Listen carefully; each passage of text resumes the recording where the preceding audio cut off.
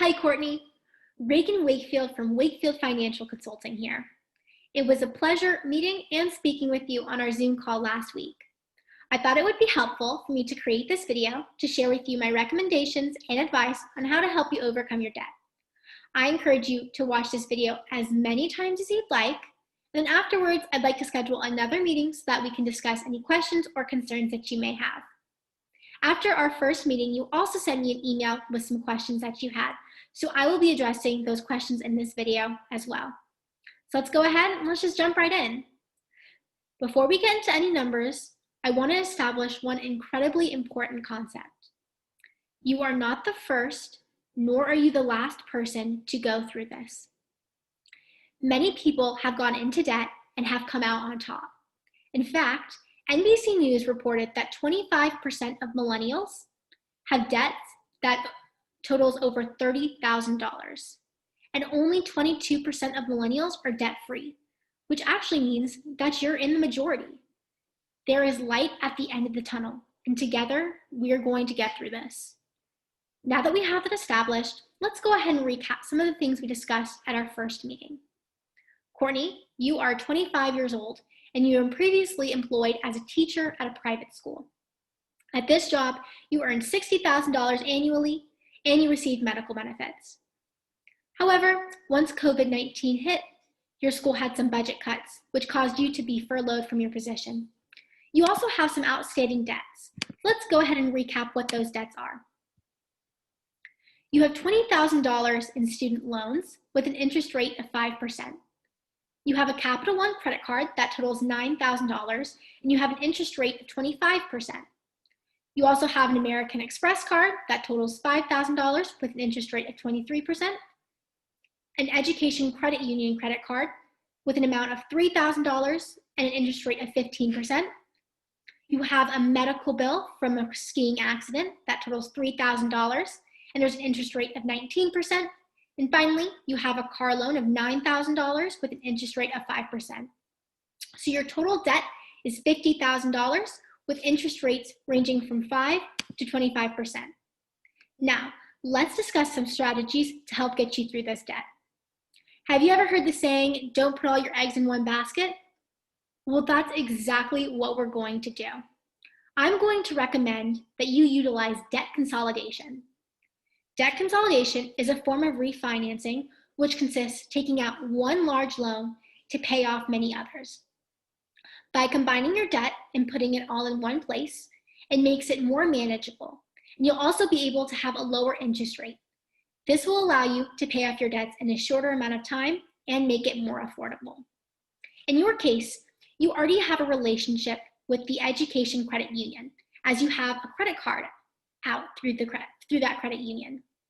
So what you're going to do is you're going to go to your account manager and ask for a debt consolidation loan that combines your credit union credit card, your Capital One credit card, and your American Express credit card, as well as your medical bill. So to illustrate that, as you can see here, you're going to ask for a debt consolidation loan that's going to combine all three of your credit cards and is going to combine your medical bill. So let's go through the calculations on how taking out a debt consolidation loan is going to really benefit you. So as you can see on the left side, we have the before column. This is your current state, and this is how you would pay off your debt if you did not take out a debt consolidation loan. So as you can see, it would take you 10 years to pay off your debt, and you would have a monthly payment of $912. And after the 10 years, your total interest would be over $50,000. Now, if we look to the right, this is what would happen if you did take out a debt consolidation loan. So as you can see, your debt is still the same. You still have $50,000 in debt. However, all of your credit cards and your medical bills are together in one consolidation loan with an interest rate of 8%. As opposed to an interest rate of 20% that you would have had you not taken out the debt consolidation loan. So as you can see, your monthly payment is a little bit more, but not that much. It's $973. And instead of 10 years, it'll take you 5 years to pay it off. You will also only pay $25,000 in interest. So that means instead of taking 10 years, it'll take you 5 years to pay out your debt with a debt consolidation loan. And instead of spending $50,000 on interest, if you take out a debt consolidation loan, you will only pay $25,000 in interest. Now, I want to show you the importance of the time value of money. So after the 5 years of paying off your debt consolidation loan, you'll be in the habit of spending $973 a month.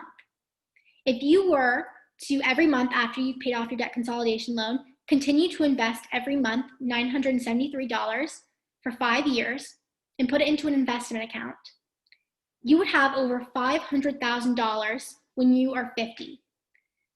I wish I would have known that when I was your age. That's incredible.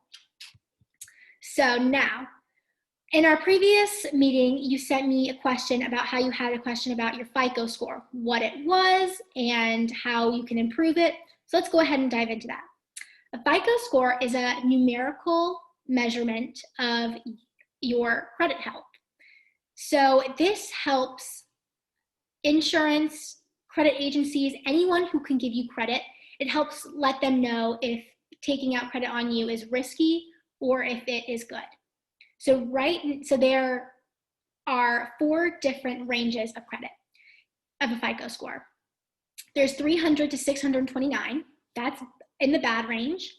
There's 630 to 689, that is a fair score. 690 to 719 is a good score, and 720 to 850 is excellent. So right now, you have a FICO score of 700, which puts you in the middle of the good range. So you also asked me how you can improve it. Well, improving your FICO score takes time and it takes consistency. So some important guidelines to follow are to always pay your monthly payments on a credit card on time, not a day late. Also, when you're able to, if you can pay more than the minimum payment, that's really going to help you, because even say you pay $15 extra a month, over time that adds up. Now, if I take out a debt consolidation, will this help my FICO score, you may ask? Well, here's what we're going to do. Once we take out this debt consolidation loan, we're going to take the 3 credit cards that you have, we're going to bundle them up, we're going to tuck them away in a safe space, and we're not going to touch them. You're not going to purchase anything with those cards until you get your debt paid off. And with the debt consolidation loan, that would take 5 years.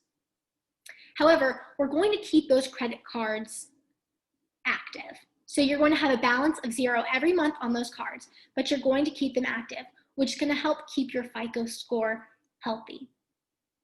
So now that we've taken out a debt consolidation loan, let's go over some strategies that we can implement to help you deal with this loss of income. So the first thing is to get a job. This is so important. We need to start the job search and we need to figure out your next moves.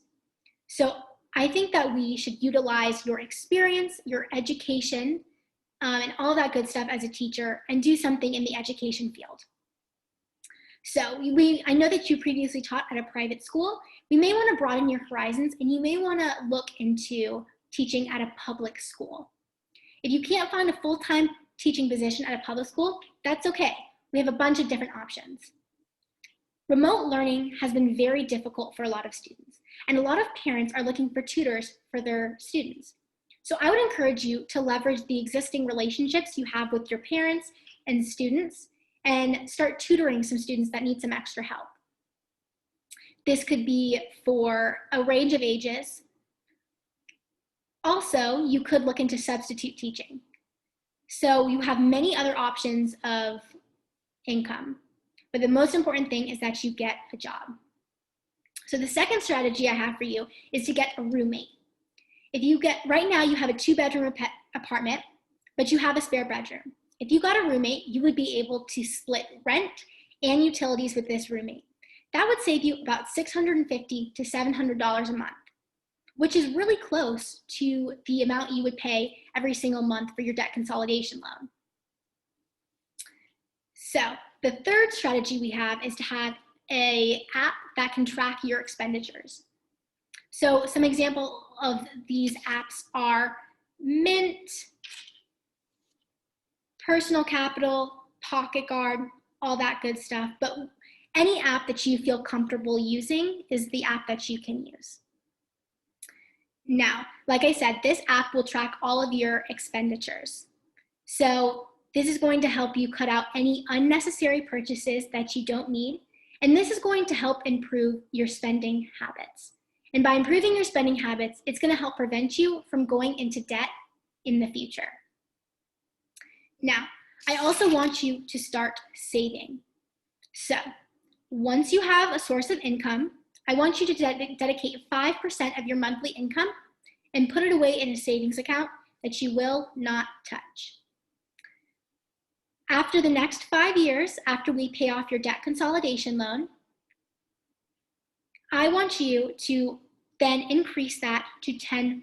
So 10% of your monthly income will go into a savings account that you will put aside and you will not touch. Now, as we talked about with the time value of money, and how we talked about if you continue to invest for 5 years after your debt consolidation loan was paid off, you would have over $500,000 by the time that you were 50. So this is very important. If you save over time, I promise you it will pay off in the long run. All right, so I know that this was a lot of information to digest. However, you are going to get through this. This is not some impossible situation that you're never going to get out of. This is temporary. But if we go ahead and we get a debt consolidation loan and we implement the different strategies I was talking about, I have complete faith and confidence that we're going to overcome this. And not only will you overcome this, but you will be more disciplined in spending and saving, and it'll prevent you from going into debt ever again. So, like I said, I want to schedule another meeting so we can discuss any questions or concerns that you have. After that, once you contact your credit union, I also want you to reach out to me so we can go ahead and discuss what that meeting entailed. And then afterwards, I want to meet with you every single month so we can go ahead and touch base and track your progress. I am here for you every single step of the way. If, say, our monthly meeting hasn't come, you can still reach out to me and we can go ahead and discuss and I can help you out. I'm here with you every single step of the way. I am so excited to work with you even more, Courtney. You got this.